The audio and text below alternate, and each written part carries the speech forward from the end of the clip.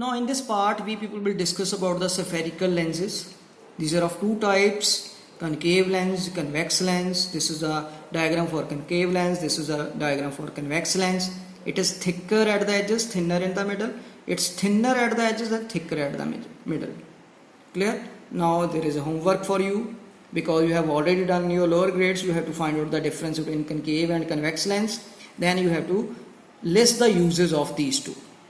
Clear? Now next thing, let us discuss about the important terms that are there in this. So this is the convex lens, this one is the optical center, these two are the principal foci, and this is the principal axis.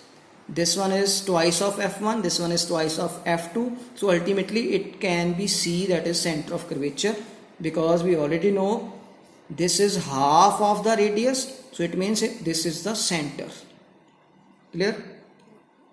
So ultimately this distance is the radius of curvature from O to 2f1 or from O to 2f2, and this one is the focal length, that is OF1 or OF2. Clear? Now let's discuss the rules to form ray diagrams for lenses. First rule is there, the ray of light coming parallel to the principal axis will pass through the focus. Coming parallel to the principal axis will pass through the focus. In this case it will pass through this focus because it is a diverging lens. The light will get diverged, like front lights of your car or vehicle. Light will get diverged, or searchlight, light will get diverged. Clear? Now second rule is there, ray of light passing through the focus, after refraction it will become parallel. Passing through the focus, after refraction it will become parallel. Then last rule is there, ray of light passing through the optical center O, it will pass as it is without any deviation. So for ray diagrams, these are there at page number 180 and 181. Table 10.4 and 10.5 are there at page number 178 and 179. Clear? Just go through them. If you will find any difficulty, then I will make a separate video for them also. Now next one is sign conventions. Again the sign conventions are same as that we have done in mirror. For right side, distance will be positive, all the distance we have to measure from the optical center. For left side, negative, upside positive, downside negative.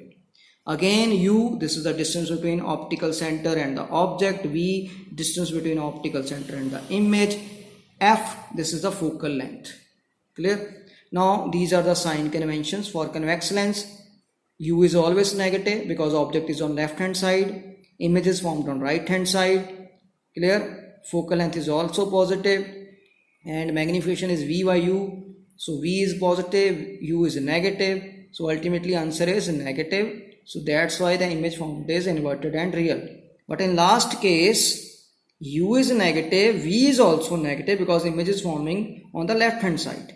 This is the last case when the object is between focus and optical center.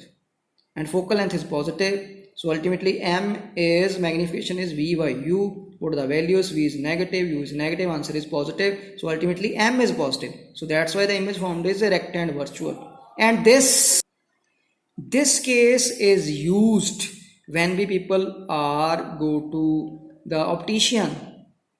Clear? The students, those who are suffering from hypermetropia is not now in your syllabus, but let me tell you, hypermetropia means you are unable to see the near objects clearly, but you can see the far objects, the objects which are away from you. Clear? At that time the doctor will suggest you this type of lens, that is convex lens, and you must have read that they will give you this type of spectacles having the number plus 2D. Plus 2D, here plus is due to this magnification. 2 is the number that can be the focal length up to which you people are able to see distinctly, and D is diopter, that is the unit we will discuss later on.